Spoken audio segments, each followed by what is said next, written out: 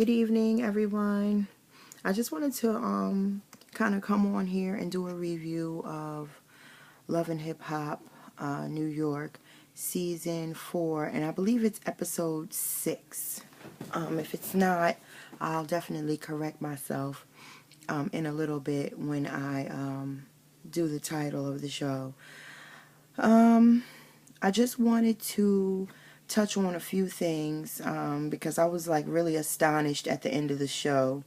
At first I wasn't going to even do my review tonight, but I said, I have to. I'm actually laying in the bed right now and I'm like, I have to do it. Okay, let me start off with Yandy and Rich. Right now the show is back on and it's refreshing my memory.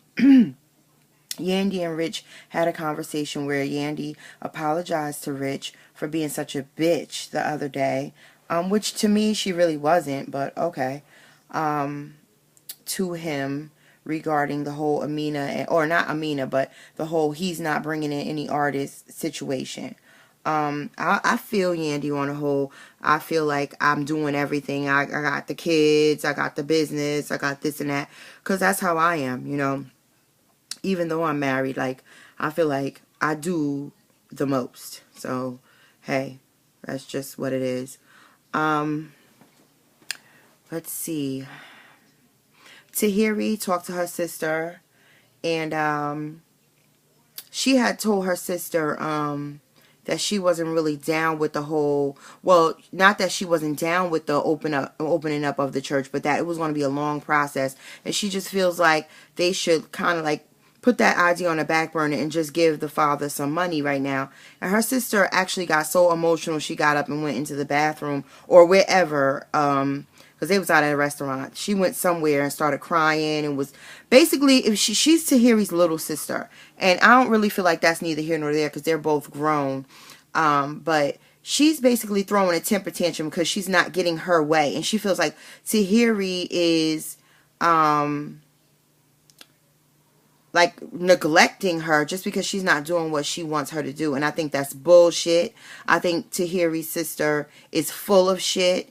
And I'm about ready for her to be up off the show, because to me it seemed like with Tahiri's celebrity, she want her to use it to do what she want to do, and Tahiri is doing what she wants to do, and rightfully so. I think her sister is being a complete bitch right now. Anywho, let's see who else. K Michelle, and talking to her lady, like her, I don't know, her publicist or whatever she's talking to, her manager or whatever. She's like, yeah, I missed this show and this was because of this, and I missed this show and this was because of this. My thing is this: if you're not like a flake or whatever in this industry, if you're not really a flake, if you're really not a flake, just because you had to cancel a couple of shows, I don't think you would be looked at as a flake. But with all that being said, people cancel shows all the time, but I think when you're in grind mode like she's supposed to be being, what I really think is, I think it's like a diva thing with her. I don't really like K Michelle, so I do think it's like a diva thing with her, though. I think that she's like, oh, well, I could just cancel a show. You're not Beyonce, boo. You're not Beyonce. Beyonce could cancel shows. You, on the other hand, you need to be doing every show you could do, because you not only probably do you need the money, but you just need to get out there, and you need to get people to loving you, and you need to get to the point where people think that, you're just a good businesswoman. You're at the beginning now, so I don't think you should be canceling those shows. I mean, if you had a death in the family, okay. And then your whole equipment thing, I mean, I feel like you need to be on top of your business. Having so many different people, don't get me wrong, I know artists have to do that all the time. I just don't like K Michelle. I don't like her, and I ain't trying to hear no excuses from her.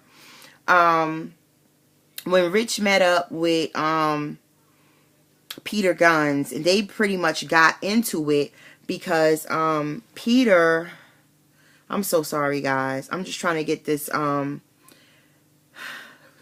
know this camera is moving all over. I'm just trying to get this video out, because I was like, I really want to talk about one thing in this video, or rather one thing about the show, and it's going to be toward the end of the video. Peter and Rich Dollaz had a conversation at an outdoor, seating area of a restaurant, and basically, Rich was telling Peter, he wants to still work with Erica, and Peter was like, well, if you do, basically you're gonna be doing it on your own. And they kind of like parted ways on some fake shit. I know they still friends. I know they want to still be friends or whatever. I don't think they're gonna become enemies or start beefing no time soon. So this is just a little bitter dumbass argument. But Peter, he had his little point, which was that Erica Mena is basically like a loudmouth, troublemaker type bitch or whatever. And there's no lie about that. She really is. She just is. Okay, Peter and Amina meet up in like a Sam Ash type of store where they sell guitars and stuff. And she's asking him, why did you leave your ring on the nightstand? And he's like, oh, I don't be wearing jewelry like that and whatever. And she's like, yeah, you go spend the night, excuse me, over your ex's house, talking about you with the boys. That's like the oldest line in the book, if anybody didn't know. Talking about you with the boys, and you spending the night out, and you don't have your ring. Like, what is that telling me? Sorry, guys. And, he threw her some dumbass line and gave her a kiss, and it was all good. Amina happens to be the winner of this week's Dumbass Bitch Award, okay? Even more so than, Tara has her own award. She has her own separate award. But Amina's is the Dumbass Bitch Award this week. She gets it, hands down. I mean, are you serious? Anyway, the ladies, Yandy and K Michelle, they meet because K Michelle, they go to a club together because K Michelle's album was #1 on the R&B charts.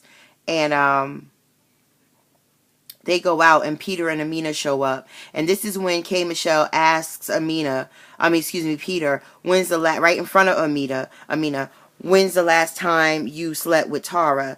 And puts him on the spot, and asking him about his sex life like she didn't just meet him and shit. Just being a bitch. To me, it's like this. Sometimes women need to kind of tone it down. You know what I mean? It's not your business when he slept with. Nothing is your business. You don't even hardly know Tara like that. Like, come on. But anyway, then Amina was like, yo, meet me over at the bar, or let's go to the bar. Because she wanted to basically ask him, what's really good? Why did we even go sit with them? And I already know that they went and sat with them because of the show, just for ratings, just to, the show put them. They're going to say when they get into interviews, oh, the show put us in the same club at the same time. That's bullshit. Y'all knew what was getting ready to happen. I feel like this whole shit is so fake. But anyway, Saigon and Erica Jean took the baby to all these therapists, and it turns out that the baby hasn't been being stimulated enough. And it also turns out that the baby is having issues because them two be arguing a lot. And I didn't even know that they was around him together a lot. But okay. That he, be calling her out her name. Not calling her out her name, but they be arguing in front of him. That's what they made it seem like. I'm sorry, guys. That's what they made it seem like. Like they be arguing so much, and it's like affecting the baby. But to me, I didn't know that those two spent a lot of time together with their child. So I really don't know what that's about. Seems like a bunch of lies. I just want to get to now the Tara and Yandy talk. When Tara met up with Yandy, and Yandy told Tara that she ran into Amina and Peter at the club the night before, and that he had on his ring, a wedding ring, and so did she. They had on like matching wedding bands, and told her that K Michelle asked if when's the last time that they slept together. And I know other people who review this show are gonna mention this. I can't wait to see you guys review Bondi Blue, Ashley Miller, Tasha C. Oh yeah, I want to see what y'all have to say about this, because at the end of it, she was like, yo, I sleep with Peter when I want to sleep with him. And um, over the last 2 months, I've taken 2 Plan Bs. When she said that, I almost fainted. I was like, wait a minute. Okay, fine. Fine, fine. You found out that he married another chick when he was living with you for 13 years. So you found out that he turned around. He was cheating on you with somebody that had him in such a way that he actually went to the courts and got married. Or did whatever the hell he did. And then you got so mad that, and you're doing shit just to spite her, so you still sleep with him. But who is it hurting that you're taking Plan B pills once a month, or twice over the past 2 months? So that would be like once a month, unless you did it once in a 2-week time span, or twice in a 2-week time span, and you're just talking about the past 2 months because that's when you found out that. Whatever. That time span is too short of a time span for somebody to be taking 2 Plan B pills. You already have 2 children. I know you're probably like real close to my age. You're not young, okay, or not that young anyway. You already have 2 children. Even if you are going to sleep with him, if you know that he's sleeping with somebody else, why wouldn't you use a condom? Why wouldn't you use some type of birth control? Who are you hurting when you sleep with him and you have to take Plan B pills? That is craziness. So this is why Tara gets a way bigger award than the dumb ass bitch award. Like, Tara is like totally fucking clueless. Like, I understand about being hurt by somebody, and if the person who hurts you is your best friend, usually it's their shoulder that you cry on, and that's a lot of times in terms of sex and everything else. I understand that. I understand that. But for you to sleep with him, and for him to be telling you that he's going to divorce her, and then turn around and come into the club and have on matching wedding bands, it seems like he's playing both sides of the fence, straddling or doing whatever. He's playing to both of y'all. And until you realize it and leave him alone, he's going to, you'll still be in the mix. He'll still be playing you. Tara, I don't even want to get emotional about it. You're just, I think Tara, when it comes down to Amina and Tara, Tara is the dumbest of the two, because I feel like Tara should open up her eyes and have some dignity about herself and just leave him alone. Especially knowing that, okay, you found out about it. Now you got to make it good for VH1. That's why, another reason why I feel like this whole thing is just so fucking fake. Because you get hurt like that on national TV and you want to just give them more and more and more to look at. Like, is the money that good? Well, I guess it is, because I could never do nothing like this. I could never do it. Okay, so all those things happened, and next week it looks like, well, I don't want to even get into next week. It's good enough that I even did this much of a review. I apologize that this review was so piss poor. I really just kind of wanted to really just comment on Tara's comment that she made about the 2 Plan Bs. Like, did she say that? Like, I hope that that doesn't make, like, young ladies think that they're supposed to be popping those, like, all the time. I'm really upset about her saying that. I really would like to know what anybody else thinks about it. Hit me up. Peace.